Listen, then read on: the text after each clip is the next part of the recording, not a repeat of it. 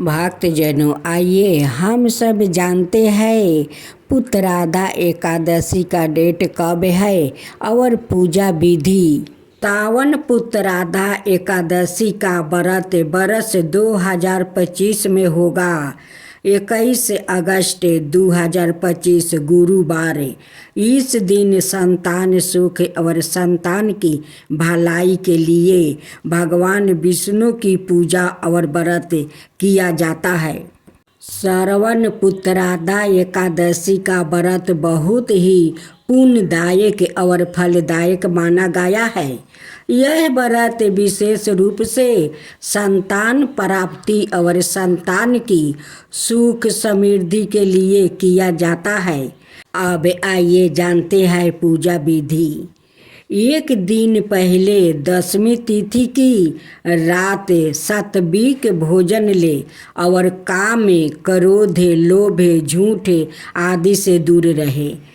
एकादशी के दिन प्रात सूर्योदय से पहले उठे, ब्रह्म मुहूर्त में तीसरा स्नान करके शुद्ध वस्त्र धारण करे। चारवा, घर के पूजा स्थल को गंगा जल या स्वच्छ जल से शुद्ध करे। पांचवा, व्रत का संकल्प ले। मैं पुत्रादा एकादशी का व्रत रखती हूँ।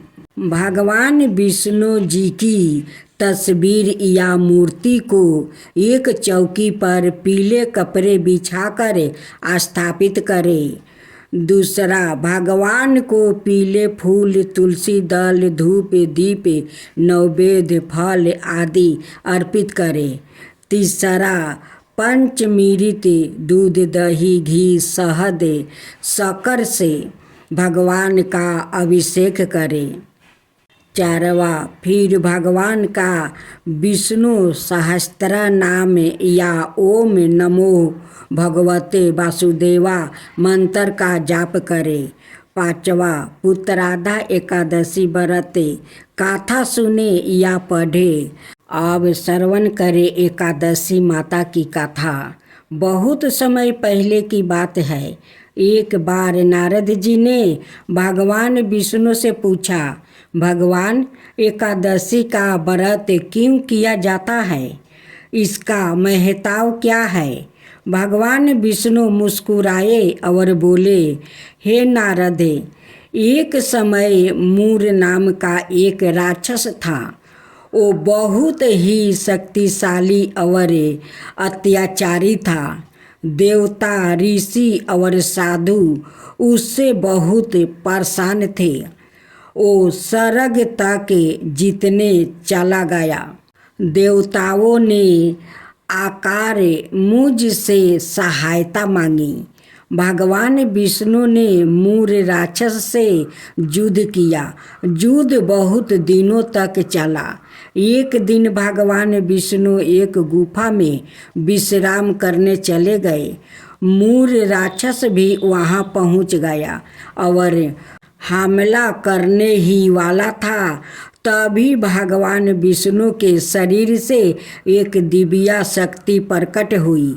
एक सुंदर स्त्री, उस देवी ने मूर राक्षस को रोक दिया और युद्ध में उसे मार डाली।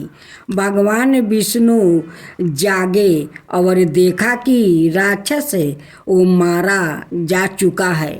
वो बोले, तुम कौन हो देवी?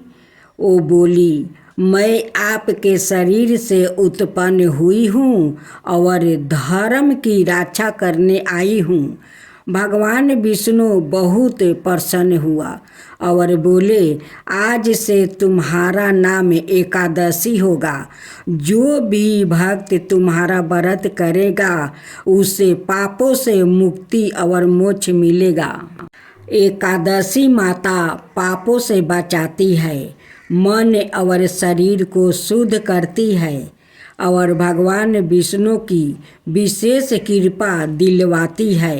अब दूसरा कथा श्रवण करें। बहुत समय पहले की बात है।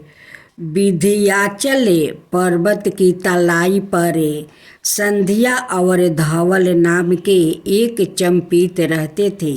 वो बहुत ही धर्मात्मा, बिनमार और सच्चे भक्त थे, लेकिन विवाह के 12 बरस बाद भी संतान नहीं हुआ। धवल हर रोज शिव मंदिर जाते और संध्या हर महीने व्रत करती, परंतु दोनों का मन उदास ही रहता था। सावन का महीना आया, वातावरण हरियाली से भर गया। हर और शिव भजन गूंजने लगा। एक दिन गांव में एक वृद्धा साधु आया। वो बहुत शांत, तेजस्वी और ज्ञानी लगता था। संध्या ने जाकर उनसे पूछा, बाबा, हमने सब कुछ किया फिर भी संतान क्यों नहीं हुआ? साधु मुस्कुराया और बोला, बेटी, इस बार श्रवण शुक्ला एकादशी को उत्तराधा एकादशी कहते हैं। तुम और तुम्हारे पति दोनों इस दिन पूरे नियम से व्रत रखो, भगवान विष्णु की पूजा करो और रात में जागरण करो। तुम्हारी इच्छा अवश्य पूरी होगी। संध्या और धवल ने व्रत की तैयारी शुरू कर दिया।